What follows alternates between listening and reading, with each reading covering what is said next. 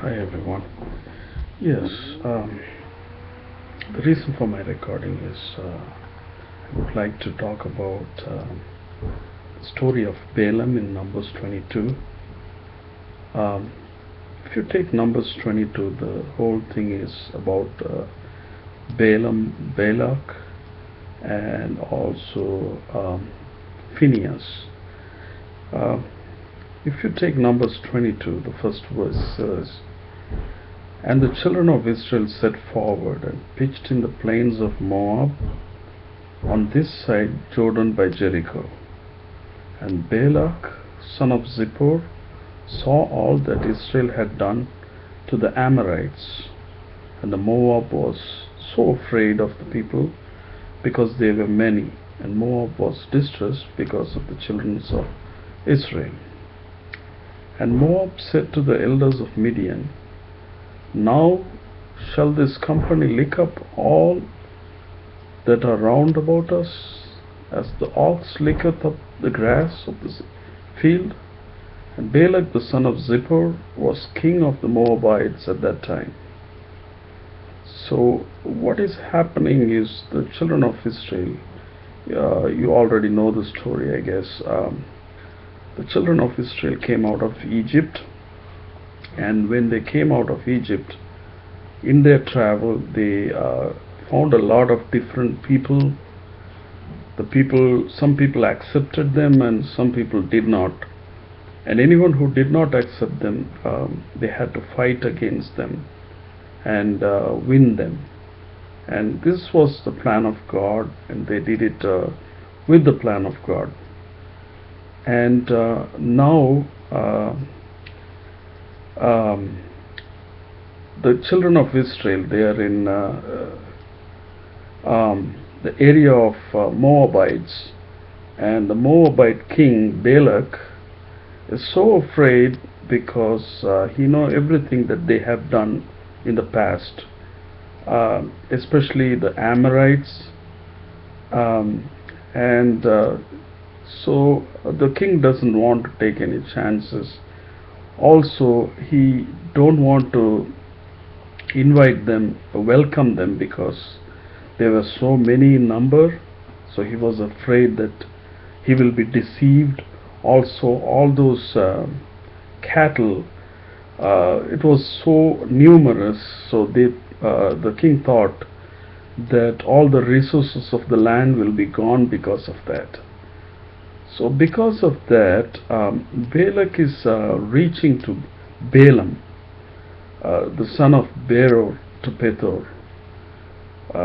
He was in the land of Egypt, where the Euphrates is, and looks like, just by looking at different places in the Bible, my assumption is this Balaam is not from the Jewish nation, or from not one of the children of Israel. And Balaam, he looks like he's a heathen. Though he is not one of the children of Israel, he was a man of God, and he was a prophet, and everything that God was telling him, he was doing. But he also used his power to make money, so it was kind of like a divination. So what happened is, if you look at the verse 5, Balak is sending messengers to Balaam the son of Beor, which is by the river of land of children of his people, to call him, saying, Behold, there is a people come out from Egypt. Behold, they cover the face of the earth, and they abide over against me. So come now, therefore, I pray thee, curse me this people. So this Balaam is well known for, whatever he was doing, whatever he was saying was happening. If this man is cursing someone, those people will be cursed, and anyone whom this man is blessing will be blessed. But God gave him this gift to glorify his kingdom, but the man was using it for a different reason, for his own glory and also to make money out of it. And if you look at, I was reading this whole chapter, and I think two other chapters after that. And what I came to know is he made at least 15 mistakes, Balaam. If you look at verse 7, it says, "And the elders of Moab and the elders of Midian departed with the rewards of divination in their hand." So first time Balaam is meeting the elders of Moab, and what they are doing is they are bringing some reward. The rewards is the payment of divination. So at this time, as soon as Balaam saw this, he should have avoided these people, because he's not supposed to be doing this. He's not supposed to be using his gift to glorify himself or make money. So, but he did not do that, and what he is doing is he's making a second mistake. He's asking those people to stay with him. If you look at verse 8, "And he said unto them, Lord, hear this night, and I will bring you word again, as the Lord shall speak unto me and the princes of Moab abode with Balaam." So all these princes, he did not send them away, because he was kind of touched by what they did, and he was carried away because he wasn't respected this much before. And when he saw that, he didn't want to lose that opportunity, and also he wanted to make money with these people. So fame, money, and everything is coming in one shot for him, and he don't want to lose the chance. But the man was so stubborn in listening to God and doing only what God wanted him to do. But the man also thought that God will change his mind, and he will get what he wanted. So what happened was, when these people were in his house, God came to Balaam and said, "What men are these with thee?" So God is asking a question to Balaam. Who are these people? The God who is asking this question is God Almighty.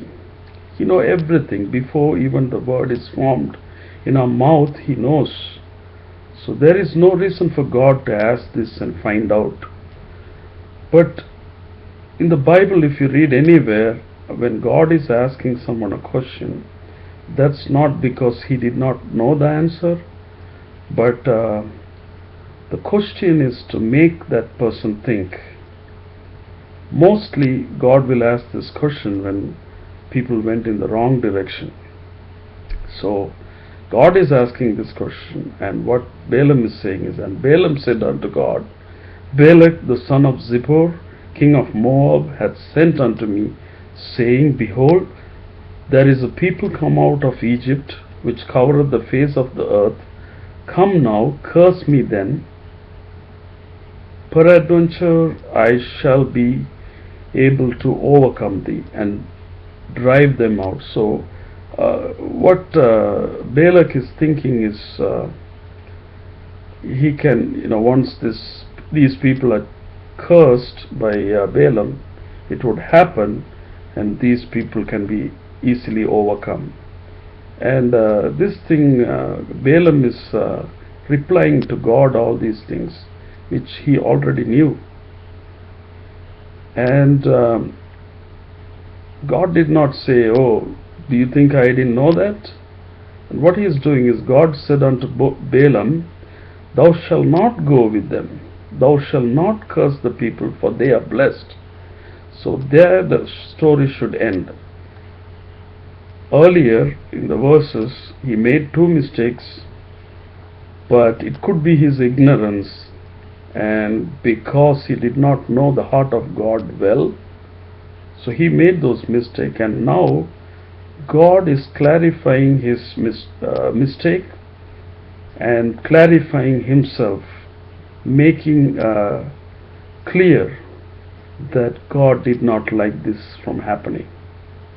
And at this time, what Balaam should have done is completely drew himself out of this thing. So what in verse 13, if you look at it, and Balaam rose up in the morning, it said unto the princes of Balak, Get you into your land, for the Lord refuseth to give me leave to go with thee. So he is saying that God did not give me the permission to do according to what Balak wanted, and God is giving me different orders. The funny thing is, when these princes heard that, what they are doing is they are obeying Balaam. So if you look at verse 14, and the princes of Moab rose up, and they went unto Balak and said, Balaam refuseth to come with us. So these people did not argue with Balaam, asking him, convincing him. So these people went immediately, because maybe they knew that God will not change his mind, but Balaam thought God would. And Balak sent yet again princes more and more honorable than they. So what Balak is doing is he's so cunning, he's sending more people, more honorable people. So if he is seeing all these people, he would have changed his mind. But that was a tempting offer to Balaam again. And when they said the same things, what he should have said is, I already told you, God did not give the permission, so I'm not coming with you. And the thing is, the deception of Balak is saying everything that he wanted. I will promote thee unto very great honor. He will pay him money, he will respect him.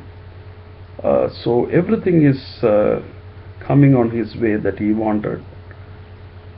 And Balaam answered and sent unto servants of Balak, if Balak would give me his house full of silver and gold, I cannot go beyond the word of the Lord my God to do less or more. So the man is giving a right answer. He's saying, no matter what you do, no matter what you give, I cannot make God change his mind, and I will do only what God wanted me to do. And that's the reason God gave him this gift anyway. So the answer looks very straightforward and exact, maybe the answer that God is looking for. But after saying this, he made the third mistake. If you look at verse 19, it says, Now therefore I pray you, tarry ye also here this night, that I may know what the Lord will say unto me more. So this man is thinking that if these people will stay, because these people are more honorable, God will be impressed and will change his mind and will say something else. This is his third mistake. And what happened was, at that night, these people are staying in his house, and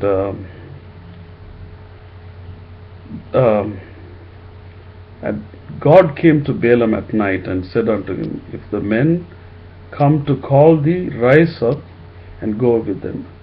Now the same God who told him not to go, not to do anything according to these people, is saying that go with them. So this is another reason that Balaam is thinking that God will change his mind. But actually what God is doing is, he's not changing his mind, but he wanted to teach this king a lesson through this man, and teach this man also a lesson. But when he heard these words, he said, "Oh, okay, I changed God's mind." That's not what happened. So he's making another mistake. Fourth mistake. Balaam rose up in the morning and saddled his ass and went with the princes of Moab. So what Balaam is doing is, he was so happy to go, and what he did was he took his donkey and he's going on his way with these people. And the full mind of Balaam is to make money, fame, and honor. That was the only reason. And though he said that I will do only what God will tell me to do, his mind was corrupted at that point. And if you look at verse 22, it says, "And God's anger was kindled because he went, and the angel of the Lord stood in the way for the adversary against him." Now he was riding upon his ass, and his two servants were with him. So what's happening is, God is the one who told Balaam to go with them, but now God is so angry with Balaam. This is something to think about. God is not changing his mind here, but he is giving a permission, not out of his will, but because this man is nagging, because this man is so stubborn and wanted to go. God is doing according to his wish. And also, when Balaam started, his mind was not to please God. He did not go because God told him to go, but he is going because he can accomplish what he wanted, and he is thinking that God has changed his mind and he is on his side. Now what happened is, if you look at verse 23, the donkey did not go forward because the donkey saw the angel of the Lord, and because he did that, because the donkey saw the angel of the Lord, the donkey stopped. But Balaam was beating up the donkey because he was thinking that the donkey was disobeying, and what he wanted to do was completely stopped, hindered because of this donkey. But he did not even think why this donkey is behaving this way, because his mind was completely on going there and doing what these people wanted to say through God. So what happened is, the angel of the Lord, because of his stubbornness, opened the mouth of donkey. So what happened was, and the Lord opened the mouth of donkey, and she said unto Balaam, "What have I done to thee?" So now the donkey is talking. This is completely a miracle. No donkey will talk. But even then, Balaam was not in his presence of mind to understand the situation. He's not even amazed that donkey is talking, but this man, worse than donkey, is talking back to the donkey. That's his sixth mistake. He's not astonished. He is not wondering why this donkey is talking, but he is talking back. And Balaam said unto the donkey, "Because thou hast mocked me, I would therefore, if I had the sword in my hand, I would have killed you." So now Balaam is ready to take away anything that comes in his way to fulfill what he wanted to do. And the donkey said, have I ever disobeyed you? And Balaam is replying back, no, you never did. So what happened was, at that time Lord opened the eyes of Balaam, because Lord opened the mouth of donkey first, but that didn't teach him any lesson. The man was so stubborn not to understand what's going on. So the Lord, when he opened the eyes of Balaam, he saw the angel of the Lord standing in the way. So what he did was, just like his normal hypocritic way, he's saying, the Lord is saying to Balaam that, what have you done? And the man is replying, because the donkey was disobedient. And so the seventh mistake he did was, Balaam is answering Lord. Balaam said unto the angel of the Lord, I have sinned. So he understood his mistake at that point, and he's saying, I knew not that thou stoodest in the way against me. So though he is saying that I have sinned, this is not like a sign of repentance, because he is thinking that he cannot stand against God. That's the only thing. So he is again pleasing God to finish what he wanted to do, not because he is repenting, not because of his own soul, but just to get what he wanted. And the angel of the Lord again replying back and saying, okay, go with them, but speak only the words that I am giving in your mouth.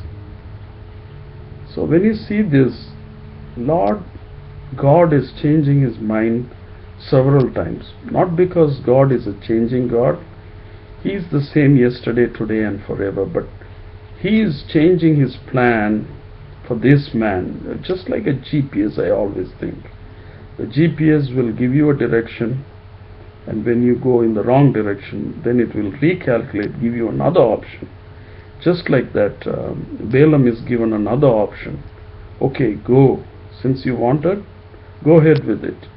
But at least do what I wanted to do. Speak only the words from me. And so Balaam was again happy, and he went his way.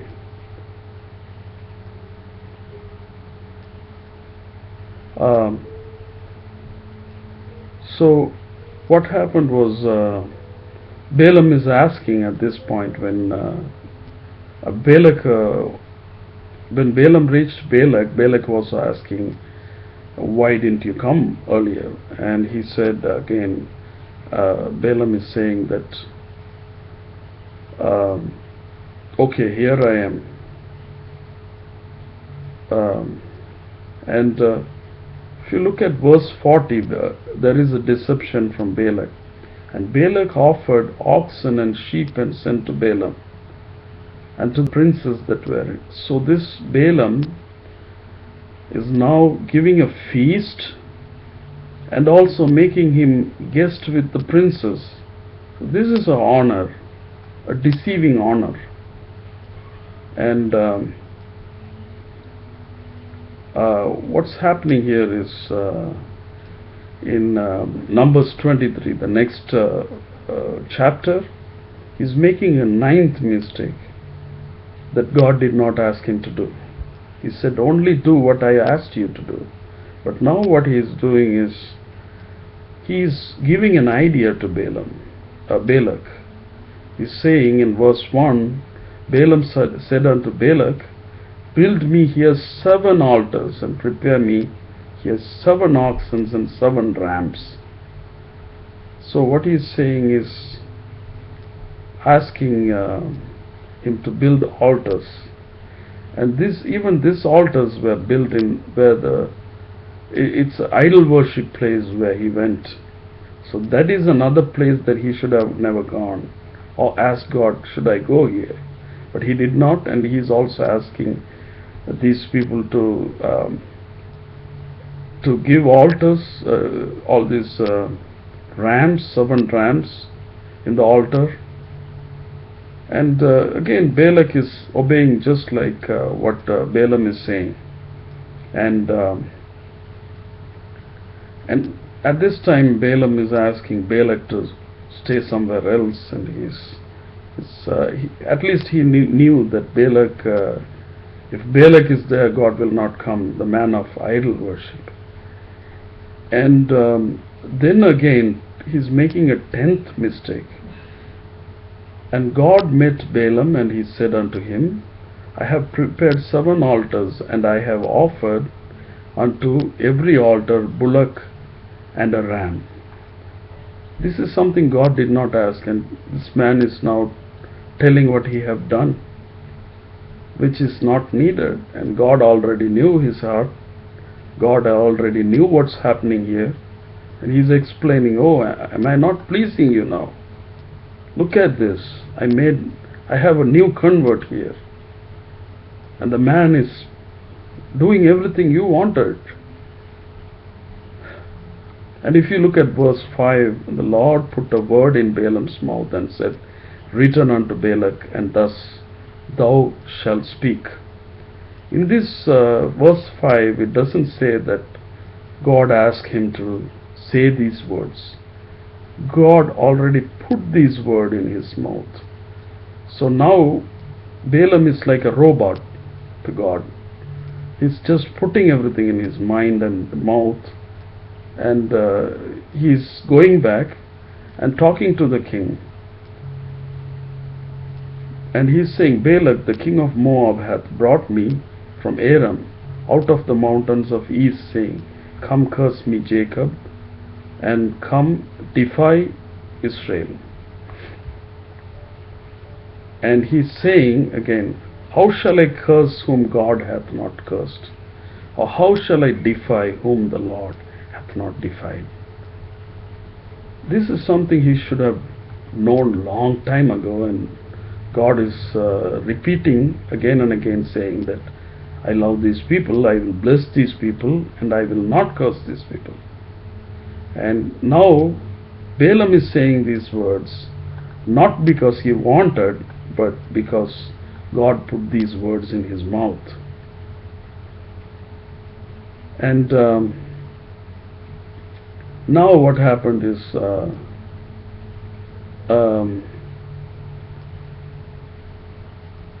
if you look verse 9, for from the top of the rocks I see him, and from the hills I behold him.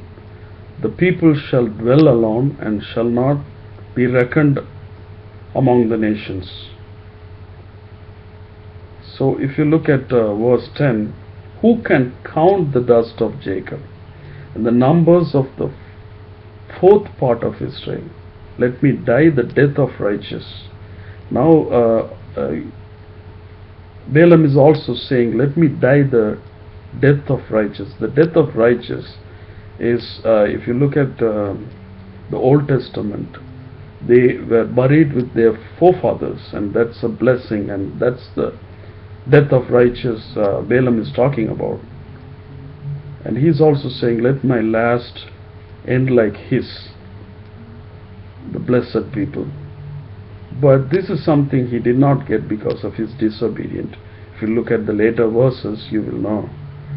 And if you look at verse 11, Balak said unto Balaam, what hast thou done unto me? I took thee to curse. I asked you to curse these people, and now you are blessing them. And again he's saying, Balaam is giving the same hypocritical answer, saying, must I not take heed to speak that which the Lord hath put in my mouth? As if he is only doing that. But in verse 13, if you look, Balak said unto him, come, I pray thee, with me unto another place. Now Balak is calling him to another place. After all these things, I do not know what Balaam did not understand about God. He's repeatedly saying the things that God is saying, and he knew this man is already talking to God but making the mistakes. So what Balak was thinking is, Balak knew exactly this man is willing to negotiate, though God is not. So Balak is doing everything that Balaam wanted, and he brought him to the field of Zophim, to the top of Pisgah, to build 7 altars. Now I appreciate something which Balak has done. At this time, first time, Balaam is asking Balak to build the altar, but in verse 14, Balak is already doing it without even asking Balaam, because he knew this is what is going to happen and this is what he is going to ask. So Balaam is making another 11th mistake, and he said unto Balak, stand here. Now Balaam is thinking that God will change his mind. So now he is saying again, okay, let me go again. I will somehow give you the positive answer that you are looking for. And the Lord met Balaam and put words in his mouth and said, go again unto Balak and say this. And when he came to him, he stood Balak is standing where the offering is, and he is saying, and he took up his parable and said, rise up, Balak, and hear. Hearken unto me, thou son of Zippor. Behold, I have received commandment to bless, and hath blessed, and I cannot reverse it. So now this is another lesson to not only Balak, but for Balaam also. How can God tell something and change his mind and say something else again? If you look at verse 21, he hath not beheld inquiry in Jacob, neither hath he seen perseverances in Israel. Lord in his God is with him, and shout of a king is among them. God brought them out of Egypt. He hath, as it were, the strength of an unicorn. So these people are blessed, and that's what Balaam is explaining Balak. Now Balaam is giving another option, another deception. Surely there is no enchantment against Jacob, neither is there any divination against Israel. According to this time it shall be said of Jacob and the Israel, what God hath wrought. This is the words of Balaam. And again, Balak knew that it is impossible to change God. If I read this whole chapter, I see that Balak knew more about God than Balaam, because just by looking at Balaam and his habits and everything that's going on, Balak was able to grasp some of the things that God would do, but Balaam wasn't. And Balak said unto Balaam, neither curse them at all, nor bless them at all. He's saying, okay, stop it. I asked you to bless them. I asked you to curse them, but you have blessed them. And that's not what I wanted. And again, Balak didn't go even after that. He was persistent. He was saying Balak, because Balak knew that Balaam can easily change. So there is a 12th mistake there in verse 27. And Balak said unto Balaam, come, I pray thee. So he is giving another offer. Come to another place, as if God would look at that place and okay, from this place I can curse them. God is not going to change, but I do not know what Balaam did not get. Even after talking to God several times and talking to Balak and looking at his heart, can do that. He's making a 13th mistake. Balaam said unto Balak, build me an altar, 7 He's asking Balak to build altars again. That's really a pretty dangerous place, because this man is trying to please this man and also trying to change God's mind, because this man is thinking that if you do altars, and if you do worship, if you do sacrifices, God will change his mind. But it's all God's, so there is no need for God to ask all these men about these things, because God created everything. If he wanted an oxen, he would have taken it by himself.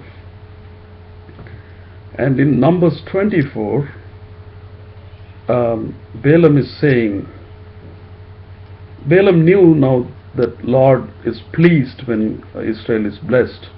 So he went not as at other times to seek. Okay, so now Balaam did not even go to God and ask all these things. What should I say? Balaam lifted his eyes and saw Israel abiding in his tent according to their tribes. So he is looking at the tribes of Israel from up above, from the mountain. And he took up his parable and said, Balaam the son of Beor hath said, and the man whose eyes are opened hath said. Now he is thinking that his eyes are open, though he is still blind. In the verse 7 he had said, which heard the words of God, which saw the vision of Almighty, falling into trance, but having his eyes open. How godly are the tents, O Jacob, and thy tabernacle, O Israel. So he is blessing, he is giving all the blessings, and also if you look at all these things, he is also saying that things that would happen to these people, the Moabites. And even after hearing all these things, what amazed me was Balak did not kill Balaam. Balak is a king, so he's in, and Balaam is in the place of Balak, so there's nothing Balaam can do. So Balak could have easily killed this man, but he wanted this man, and he also believed that God would listen to this man. So he did not kill Balaam. And now, but Balak's anger was kindled against Balaam, and he smote his hands together, and Balak said unto Balaam, I call thee to curse mine enemies, and behold, thou hast altogether blessed them these 3 times. So now Balak understood that God cannot be changed. And the 14th mistake was Balaam is explaining God. And now behold, I go unto my people, come therefore, and I will advertise thee what these people shall do to the people in later days. So now he is showing that what is going to happen to his people. And again he is giving all the blessings. And if you look at verse 24, it says, and ships shall come from, okay, verse 25, and Balaam rose up and went and returned to his place. So looks like so far so good. Balaam did not disobey anything much, though he did several mistakes. His heart was against God, but looks like everything was changed. Now his eyes are open and he is going his way. But if you take Numbers 25, the very first verse is saying, and Israel abode in Shittim, and people began to commit whoredom with the daughters of Moab. So they are doing adultery here, and verse 25 is starting with an adultery. These people of God, they are going their way. They did not do anything wrong until this time. So this thing happened after Balaam came and returned. So something happened in between that caused them to sin. And if you look verse 2, and they called the people unto sacrifice of their gods, and people did eat and bowed down to their gods. These people, the Israelites, are doing two mistakes. One is the adultery, which is against human beings, and the second one is an adultery towards God, worshipping the idols. So these are serious sin, because now they have broken all the 10 commandments here. They have done everything against God, everything against people, and God hated these two sins. And if you look verse 3, and Israel joined himself unto Baal-peor, and the anger of Lord was kindled against Israel. Now the Lord is angry. This is exactly what Balaam wanted, and it is all according to his plan. And if you look at verse 4, and the Lord said unto Moses, take all the heads of people and hang them up before Lord against the sun, that fierce anger of the Lord may be turned away from Israel. So now Lord is giving Moses an idea. Punish all the people who did wrong, including the people who made them do. And at that point, God's anger would subside. And if you look at verse 5, Moses said unto the judges of Israel, slay ye every one his men that were joined unto. So Moses is giving this option to the people of Israelites. Kill everyone who did mistakes. Let them all be killed. So if you look at verse 6, and behold, one of the children of Israel came and brought unto his brethren a Midianitish woman in the sight of Moses, and in the sight of all the congregation of the children of Israel, who were weeping before the door of tabernacle of the congregation. Now what's happening is people are mourning because they knew that God's anger is against them. But there is a man who is doing according to his wish even at that time. Everybody is so troubled. Everybody is now praying to God, seeing if the anger of the God would be turned away. But this man, he wanted to please his flesh, a man of Israel. So he is doing adultery even at that time. So if you look at the verse 7, you will see the righteous act of Phinehas. And when Phinehas, the son of Eleazar, the son of Aaron the priest, saw it, he rose up from among the congregation and took a javelin in his hand, and he went after the man of Israel into the tent, and thrust both of them through the man of Israel, and the woman through her belly. So the plague was stayed from the children of Israel. Now Phinehas is doing something. When he saw this, he was angry. The main thing you want to look at it is Phinehas is not angry because his feelings are hurt, but Phinehas is angry. This is a righteous anger we are talking about. Phinehas is angry because Lord was angry. The Lord's anger, and he was against what caused Lord's anger in the first place. And this same thing again, God did not tell Phinehas to do this. And Phinehas is doing exactly what God wanted, just by knowing God. See, if you look at Phinehas was not like Balaam. He was not a prophet. He did not talk to God directly like Balaam, but he knew the heart of the Lord. So this is exactly what God is even looking at us now and expecting, to know the heart of God, not just listening to someone and getting excited, and not knowing the will of God and asking God to provide something that God did not want in the first place. Many times we do the same mistake like Balaam, and we think that God will change his mind. If God says no, we nag him and make him say yes. And many churches are even practicing this kind of act and preaching this kind of teaching. And that's pretty dangerous. And if you look at verse 11,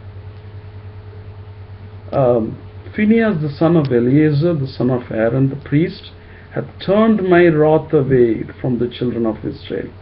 While he was zealous, the man is not angry, he is zealous for the sake among them, that I consume not the children of Israel. So now God is appreciating Eleazar. This is through Moses. Even these words, Phinehas didn't hear it from God directly.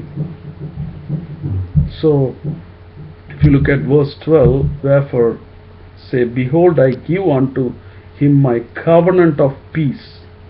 Now God is giving something that Phinehas didn't expect, and he did not do this act to get this kind of blessing.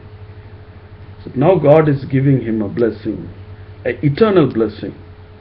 So whenever I read these verses, I always think, if you look at verse 13, and he shall have it, and his seed after him, even the covenant of an everlasting priesthood, because he was zealous for God and made an atonement for the children of Israel. So I always, when I read this, I think if Phinehas, the generation of Phinehas is in this world, in this earth now, they are blessed people, because God blessed him mightily because of. So the one man's sin brought curse into this place, the children of Israel. But another man's righteous act is stopping the sin from going forward. It's turning the wrath of God away from the children of Israel. So even now it's in our hands. We can turn people towards God and make them righteous or make them unrighteous. I've seen so many churches doing the negative thing, turning these people against God instead of bringing them towards God. So, and if you look at the verse 14, now the name of Israelite that was slain with the Midianite woman was Zimri, the name of the person who died, and the son of Salu, the prince of a chief house among the Simeonites. So this man is a Simeonite, one of the tribe, and his name is mentioned.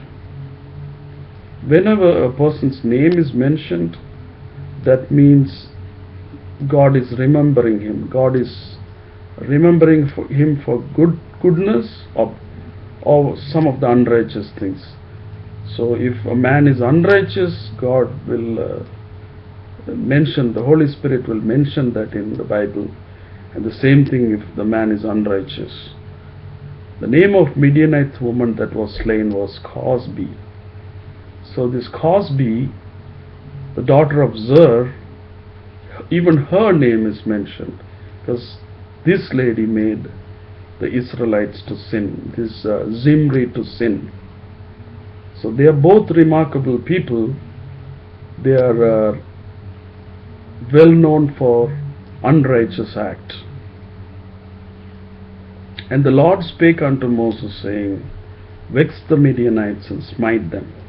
So now God is telling Moses to kill all these people. And if you look at verse 18, for they vex you with their wiles, wherewith they have beguiled you in the matter of Peor, and in the matter of Cosbi, the daughter of Prince of Midian, the sister which was slain in the day of plague for Peor's sake. Now, if you look at Numbers 31:8, it says, among their victims were Ezi, Rechum, Zer, Hur, and Reba, the 5 kings of Midian, they also killed Balaam son of Beor with the sword. So what Balaam wanted for himself for the righteous death, but this man is getting an unrighteous death because of his disobedience. And this slew the kings of Midianites, besides the rest were slain. So and if you look at Joshua 13:22, it's saying, Balaam also the son of Beor, the soothsayer, did the children of Israel slay with them the sword among them that was slain by them. So the same thing, the death of Balaam is recorded in 2 places, Numbers 31:8 and Joshua 13:22. And if you look at all these verses, still we do not know what happened, because we do not know what was the sin of Balaam that was committed.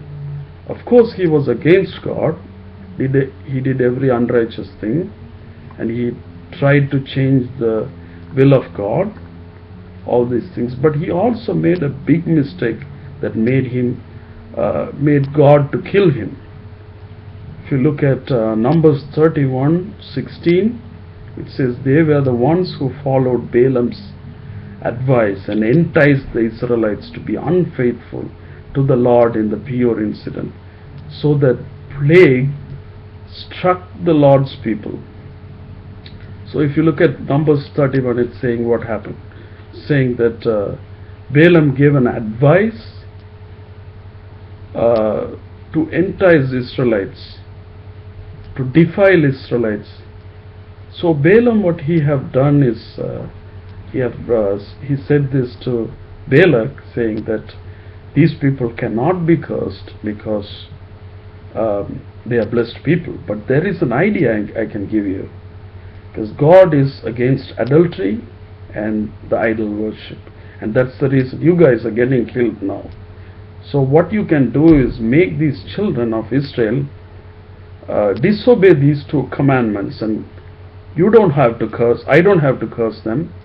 God will curse them instead. God will punish them instead.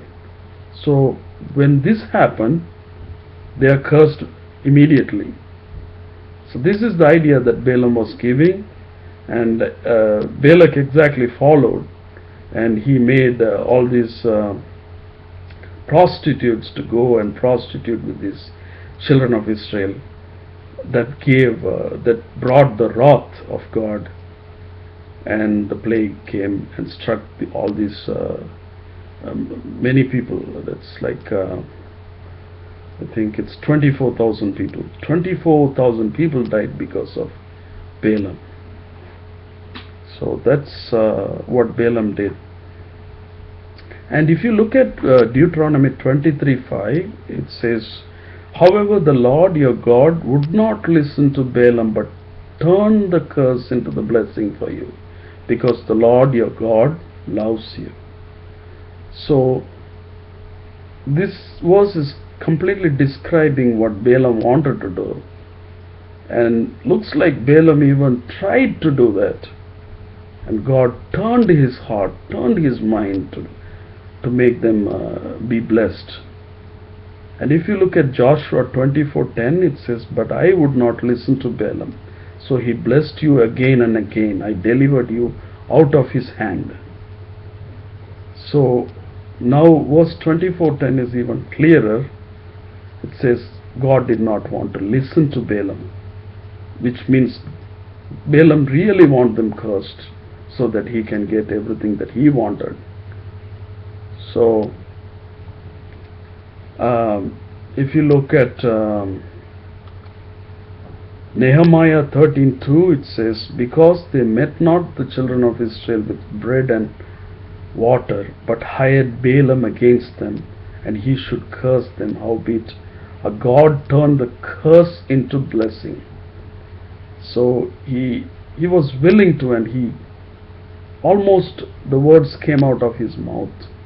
But God did not make him talk. He stopped him and made him. So in this place, uh, Balaam was voiceless. Balaam was completely controlled by God, so that he will not do that mistake. If you look at 2 Peter 2:15 in the New Testament, it says, "They have left the straight way and wandered off to follow the way of Balaam son of Bezer, who loved the wages of wickedness." So what did he love? The wages of wickedness is what was loved here by Balaam.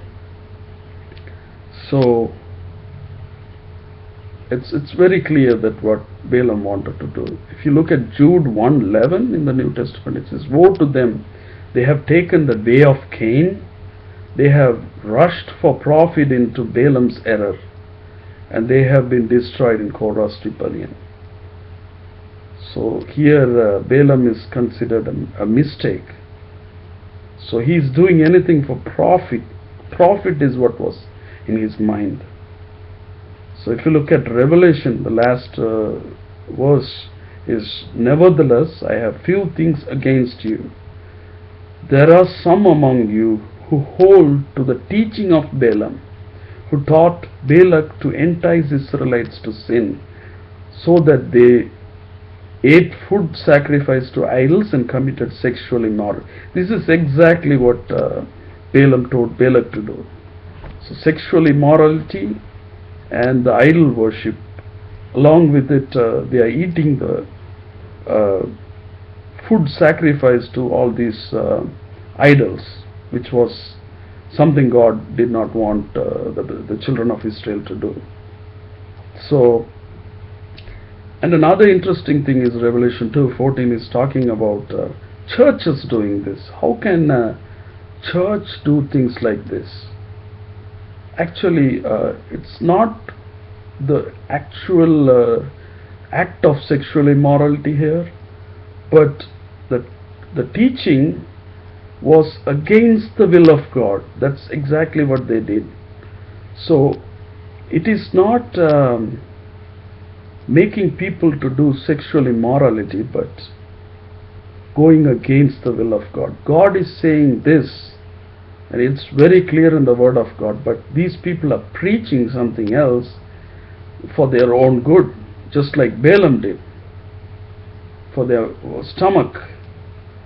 So that is the reason that God had to curse Balaam and bless Phinehas. So the title of this message is Balaam or Phinehas. So Balaam is a man who turned people against ungodly, unrighteous act, and Phinehas is a person who stopped the plague, the curse, and turned all these people towards God. So in these last days we have to follow either Balaam or Balak, Balaam or Phinehas. So Balaam is not what we wanted. We always want to do something like Phinehas, easing the anger of God and turning the people from the unrighteous way to the righteousness. Thank you.